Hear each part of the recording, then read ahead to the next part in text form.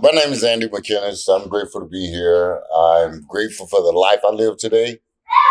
But I really feel. You gotta pull it up. Here, let's fix this. Y'all come get me right. I'm sorry, I didn't. Kelly, we can hear it. You can? But can you guys? Yeah. Okay. You sure? Well, I really don't need a microphone. Here, Andy, step right here. It's mainly for that. If you need to pull it out, All right, pull it out. we'll do Just this. don't touch that little button right there. Are we Don't good? touch the little button. I don't even see the little red button. Anyway, my name is Andy McKinnis. I'm honored to be here tonight. I thank God for my support network that came out to share this time with me. Rick, I love you. My coworker, we work together. This dude here, yeah. But it really started probably about 14 months ago. And I had the greatest peer specialist, Diane, in the world. And I will fight about her.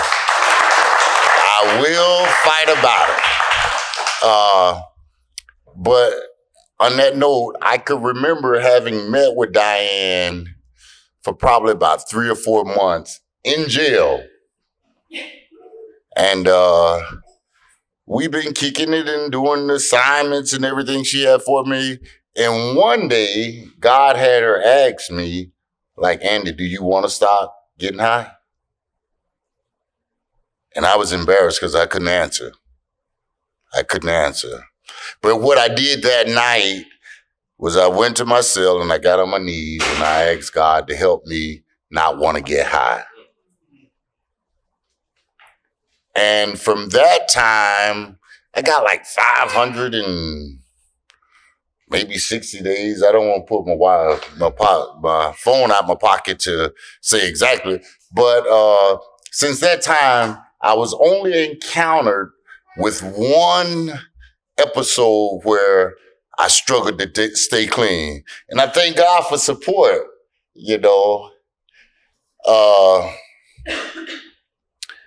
I grew up, I was the youngest of 5 sisters, and drugs were in our home from like the age of 6. And I used to watch my stepfather, do his little 1-2 with the drugs.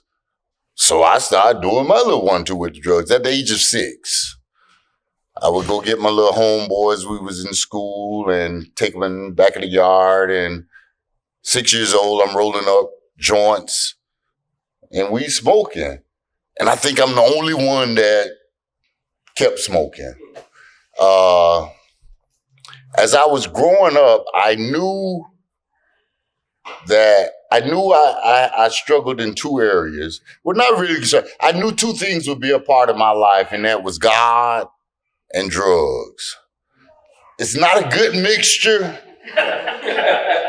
but at a young age, I knew I had a passion for God, and I liked the way drugs made me feel.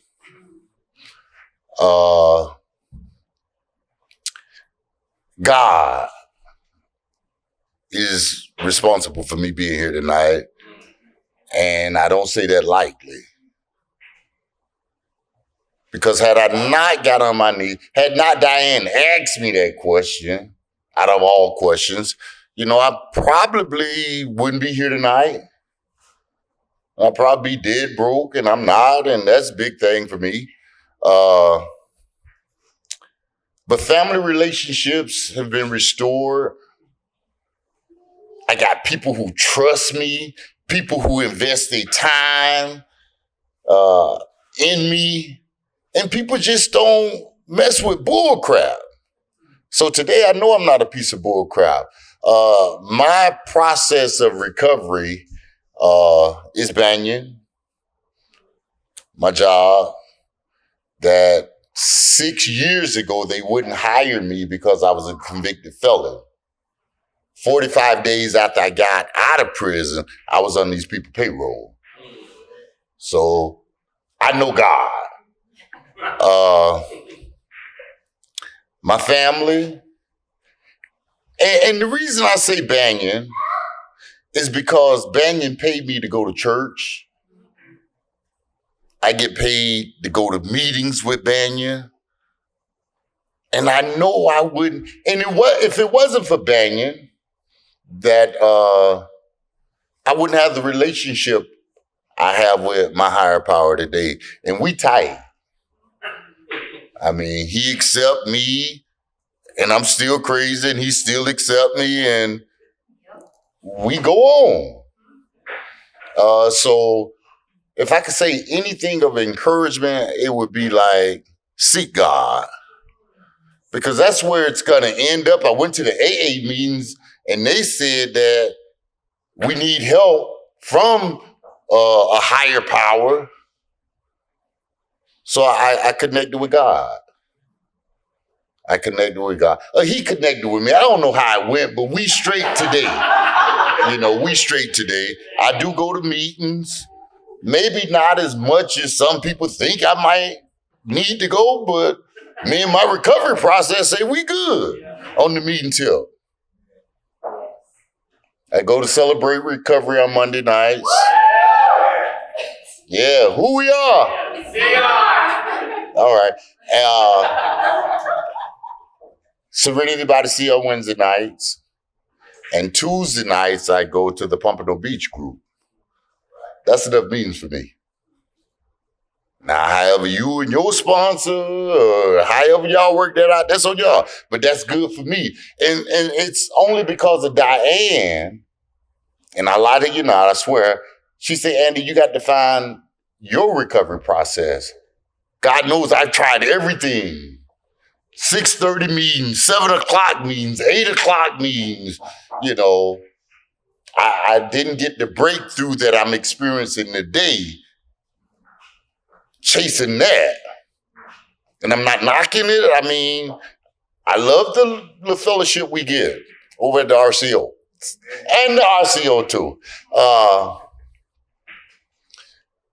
God gave me a purpose.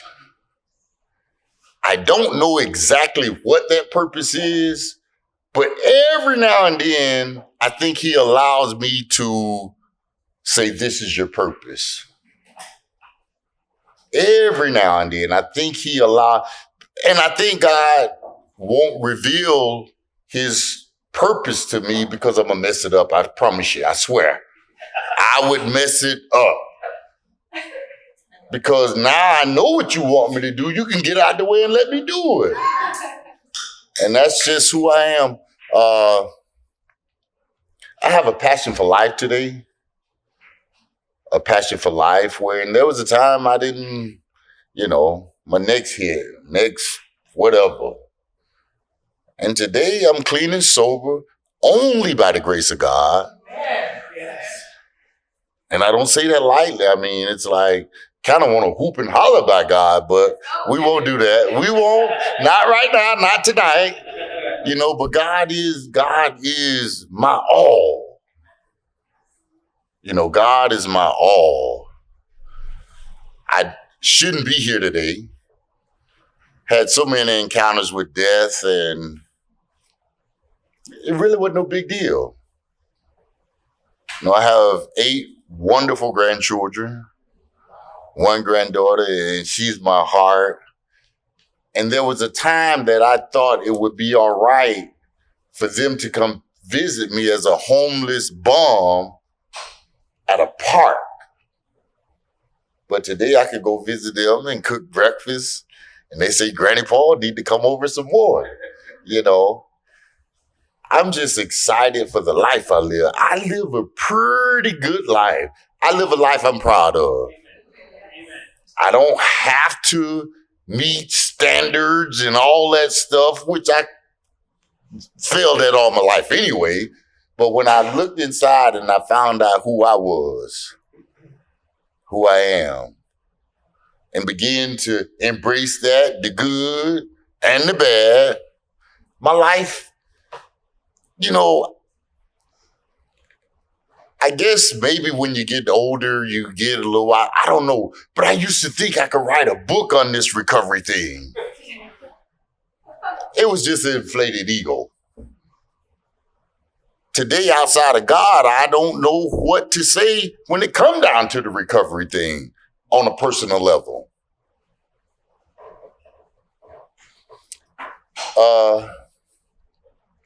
I just thank God that I got good people in my life today. People who, if they say they're going to show up, they show up.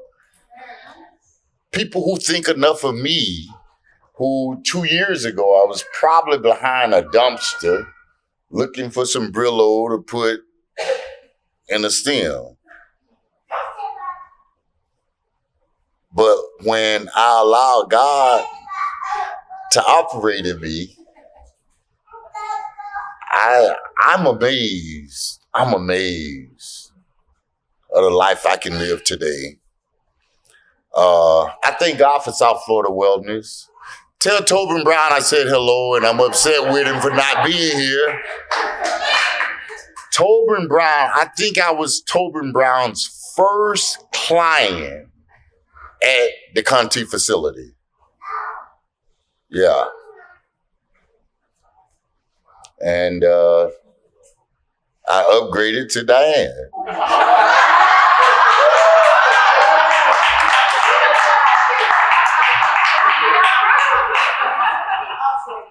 Now I say that jokingly, but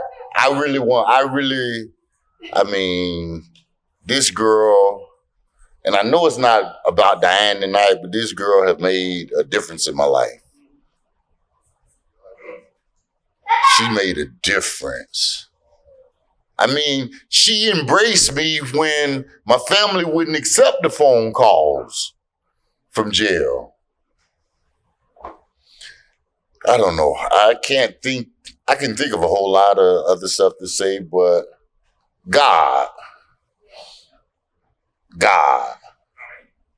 everywhere I go, I have to let people know God. I might not be the best representative of him, but he still deals with me when I calm down enough to hear his voice. And I thank God for the South Florida Wellness Network. You guys are making difference in people's lives. I mean, I'm not in jail. I'm not in jail no more. And had not God sent this girl to me, I mean, God could have used anything, him maybe, but he chose her. So I want to tell God thank you for her, Rick, Marvin, South Florida Wellness Network, Maurice who Ubered me down here, his beautiful girl, Yvette. You know, I have a good life. I don't have everything, but a good life. I wake up to a good life every day. And people think I'm crazy because I be walking around throwing my hands up and, you know, how you doing today? I'm a champion, you know. And people, they don't have that. I have it. I'm sorry if you're offended, but I'm a champion.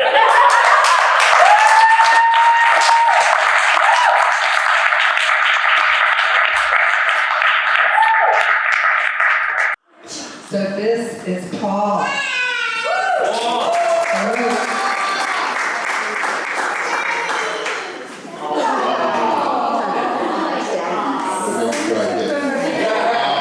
My name's Paul. Nice to meet you.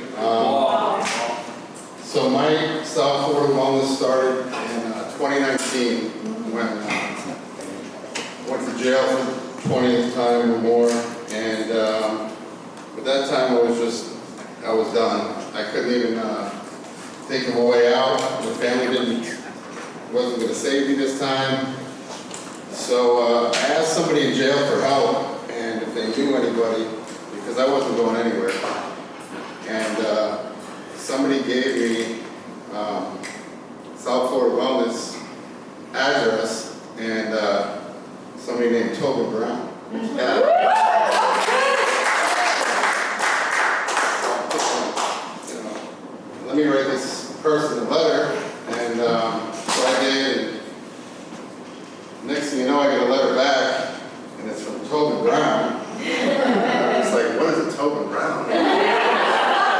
still detoxing, right? But I'm like, smoking around. How am I going to get along with this person, right? It's crazy. So, next thing you know, Toby Brown showed up, and my whole life changed because he was just the realest dude. You know, he would come visit me. It was in Conti. I must have been the second guy in there because I was there. And then, you know, it was crazy. I was in the box there, so which is confinement if you don't know. And he would come visit me and bring me books. And I remember just all kinds of crazy stories. And if you don't know, he's a diabetic. So, you know, when you're in jail, you don't know anything about the outside world. And Tobin's sitting there and he just goes in his pocket, takes out this sugar pill. And I'm just like, I didn't get one of those. How'd you get that in here? Thank you. So he just always kept me level because he never joined the jokes that I had going on in my head at that time. And I mean, it just went on. So that was 2019. Today I just celebrated 5 years.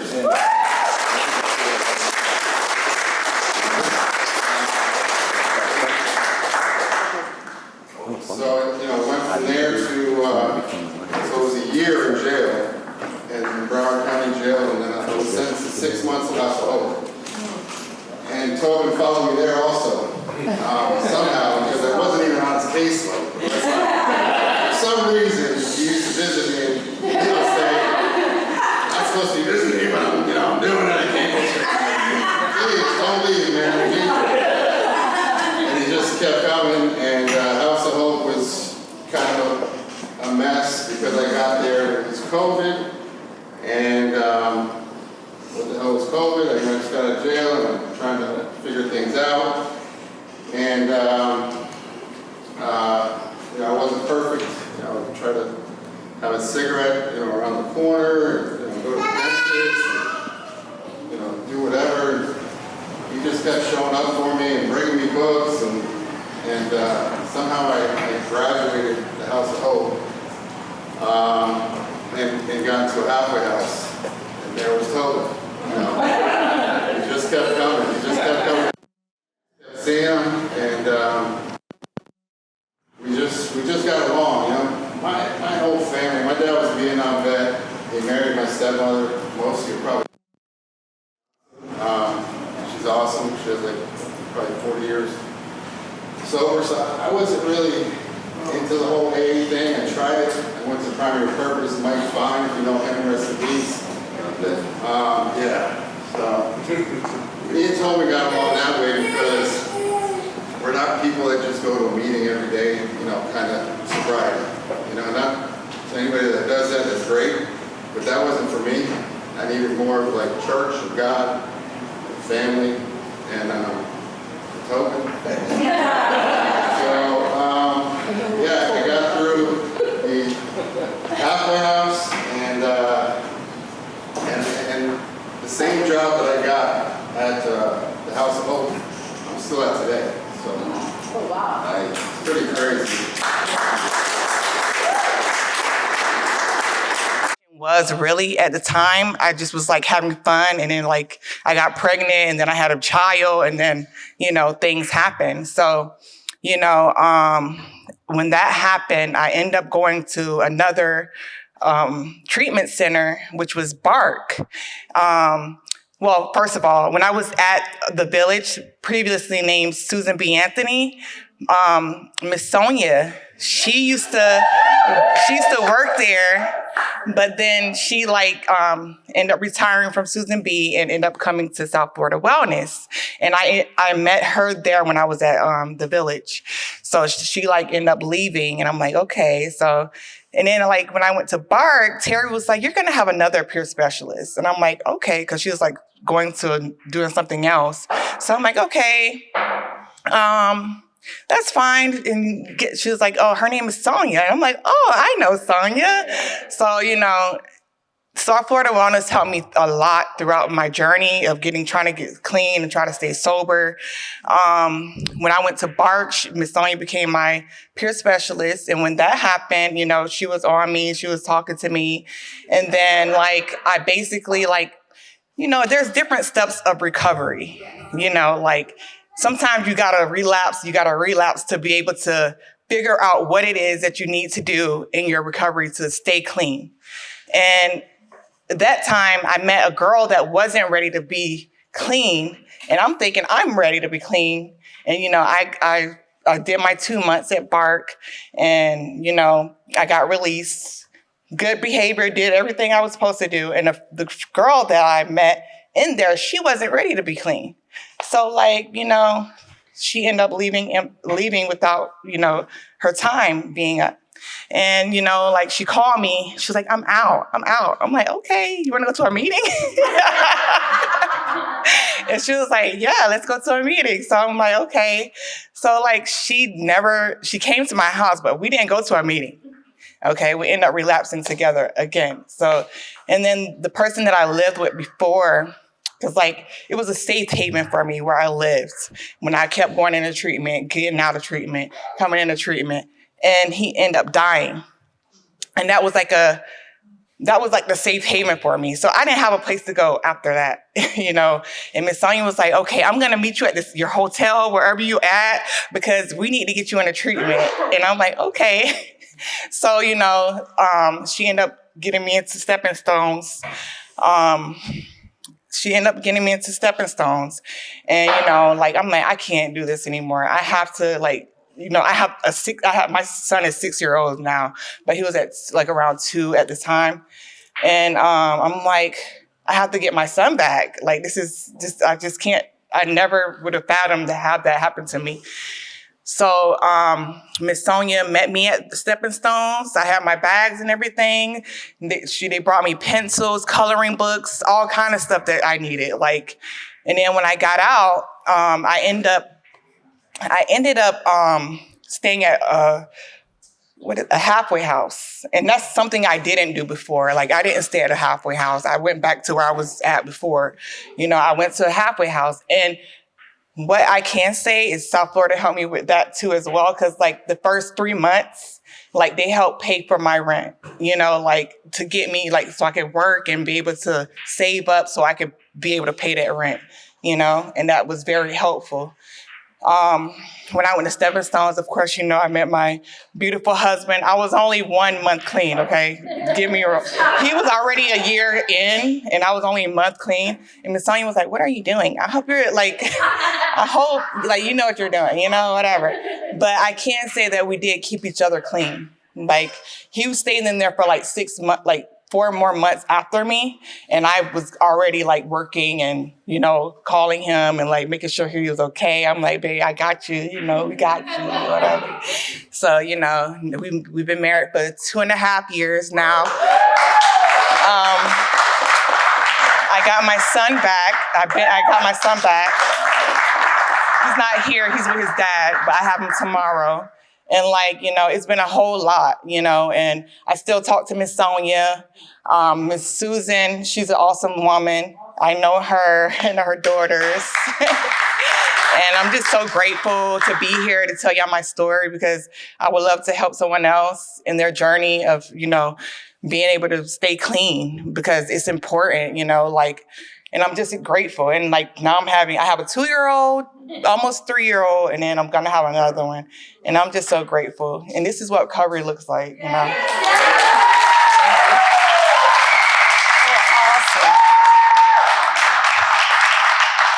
Come on.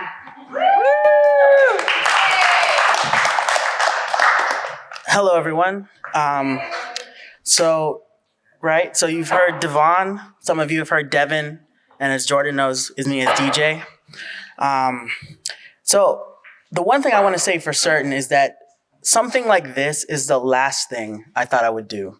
And not because I didn't believe that it would work. It's because of how I always looked at the idea of getting help. I didn't believe that knowing other people in pain would do me any good. I always believed that if I heard other people's stories, I would remove the pain that I'm feeling and put energy into these other people because I would prefer that these people were better off than me. As a young person, I don't know compassion and empathy the way I think I should have known it. I don't know what it feels like to stumble or to feel pain and have someone say, it's going to be okay. It's going to be good. I've always had to be that person. I've had to be that voice. I've had to be my own anchor point. And to the point that I got married to misery. I expected to always be in pain because that was my motivating purpose. Like if I knew I was hurting, it meant that I was doing something worthwhile. Like this sucks because I'm supposed to move through it. No one's supposed to help me do it. I'm supposed to do it. My friends saw me as the anchor point. My parents saw me as my own anchor point. My family knows that if DJ is struggling, DJ's gonna pull himself out of it no matter what. And I convinced myself that that's what it was supposed to be. And when I would get to the worst points in life, I would sit there until I decided to say, I hate this person. I don't want to be this person. And out of spite, I'm going to beat this person. I never thought that I could heal that person. I could just remove him. I could erase him from the picture. So I get to a point in life where things are on an upward trend. I'm thinking, great, all of this suffering is paying off in some way. And then I get multiple sclerosis. It comes out of nowhere. 1 minute I'm perfectly fine, and then I'm completely paralyzed. So in a blink of an eye, 3 years go by, 200 pounds gets added to me, and I'm looking at somebody I don't recognize anymore.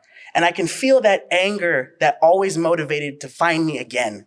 Who is this person? I don't know him. How do I get rid of him?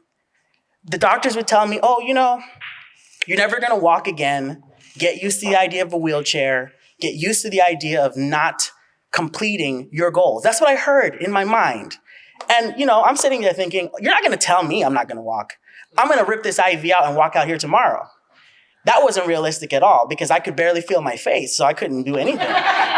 But in my mind, the DJ that always beats things had to win. And then I realized that I wasn't winning anymore, and not in the way that I needed to.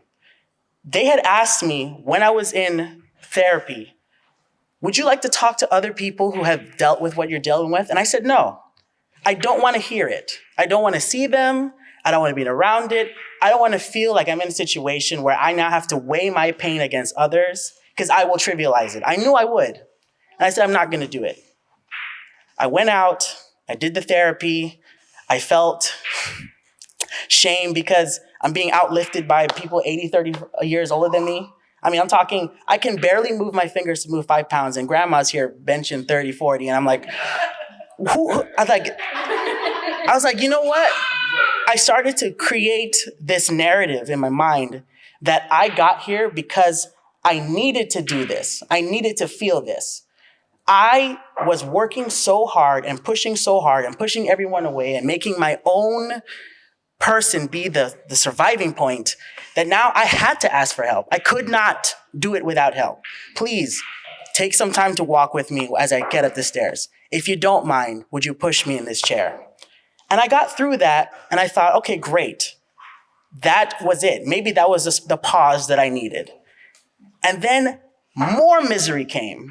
So I completely unlearned everything I did in that process and went right back to the whole, okay, this is what you deserve again. You're back where you need to. You got to fight this. And then I noticed that I was giving up all of my energy to other people. DJ, are you okay? I'm great. I'm fine. What can I do for you as I'm bleeding out? DJ, what can I do to help you? You can't help me. However, I see you're in need of something. I'm going to shuffle my way over there until I can help you. It would take all of me to do the most basic things. And it took me seeing that cup emptying to finally realize, like, DJ, you have nothing left. There is nothing left in you. And when I felt that nothing, I was starting to give up. And, you play around with the idea of suicide in your mind. You think about it a lot. You might not say, oh, I'm going to hang myself tomorrow, or I'm going to eat a bullet. You say things like, my heart's aching a little bit right now. And if it starts to give, maybe I won't tell anybody. Or I'm driving kind of fast and I'm feeling kind of tired, but if I let go just a little bit, it could look like an accident. I'm not trying to fight to live anymore because the spirit is dead. So it's like, DJ, what have you done to this point? You've tried your therapy, you've talked to people, you looked at pills. Maybe there's something in you chemically incorrect that you cannot fix. And I wrestled with that. Why can't I be my answer? Because I've always been that. I've always been my answer. So then, I'm here, and then I go speak to Jordan. And one thing I can say about Jordan is the damn consistency, okay? I wasn't ready for someone to always be on top of me the way I was on top of things. I'm like, no one's looked out for me like that. So I'm my schedule keeper. I'm my docket. And Jordan's like, are you going to show up on Monday? I'm like, yes, I am actually. Did you think I wasn't going to show up? Oh, no. I knew you were, but I knew you needed to know that I knew. I was like, oh, that's different. And then that was the big thing. It's different. I worked with therapists who I felt would only see me as just another chapter in their book. We are professionals. We know how it looks. We've seen this. We've studied it. I'm not just another study. I wanted to feel like I was talking to someone who saw me as a person and not a project. And Jordan always saw me as a person first, every single time. I would come to her with my anger. I would come to her with my frustrations. I would come to my feelings of anomalous, like where I just did not feel like I connected to anything. Like, is there something wrong with me? And Jordan never said that there isn't anything wrong with me. She asked me to say what I thought that meant to me. What was my perspective on it? And that was big because I don't think anyone gave a damn what my perspective was. I'm always in my head. I'm regurgitating every concept. I'm looking at everything. Mindfulness is a concept. Inward thinking is a concept. All of it is there. But what does DJ think genuinely? And Jordan let me have that. And that was big because I never thought that a friend, not a specialist, could let me see myself as I was and work through it the right way. Because I never knew what that was. I knew what my way was, but not the right way. And she really helped me do that. Now, I think, a lot of you guys have memories and connections with people that you've met before. And I can say honestly, stuff like this is very hard because of what I mentioned earlier. I don't like to look at other people who I know have gone through so much and not feel like I couldn't help them because I always want to pull myself apart. But I'm realizing that you all have felt that way in some capacity and you've allowed yourself to do what I couldn't. Is to get that help, to look to people the way I never wanted to, as help. Not just people who have something to get out of it. This is not some kind of selfish game. These are people who are personally invested in your investment in yourself. And until you see that, it doesn't mean anything. And I'm finally starting to see that thanks to Jordan. And I'm really appreciative of it. Thank you. And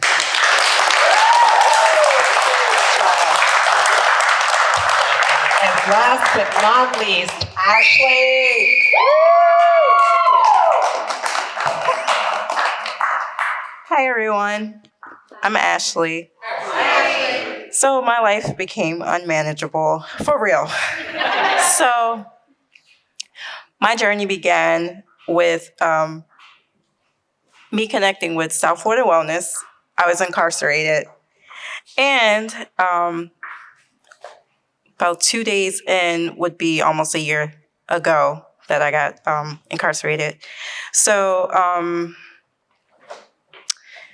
within that program that was life skills that they have there, I connected with Diane and Mike, and also another person that was there was Stephanie. And I happened to be one of the persons that got chosen to be in that class because they're very selective. So I was very fortunate. There I learned, and I was so hyped because I was so scared and I was so confused, because outside of there, I wasn't supposed to be there and everything else the way I felt. It was just a lot, So I was looking for a way to kind of control my life once I got out and just kind of see a different path that would help me to get through it. My mom had passed about 4 years and I'm basically the sole person of like my siblings that they counted on. I'm not supposed to be here. So they were giving out so much information, and then the one thing I heard was Mike was sharing his story, and you mentioned about blue water, and then I have a dog, and and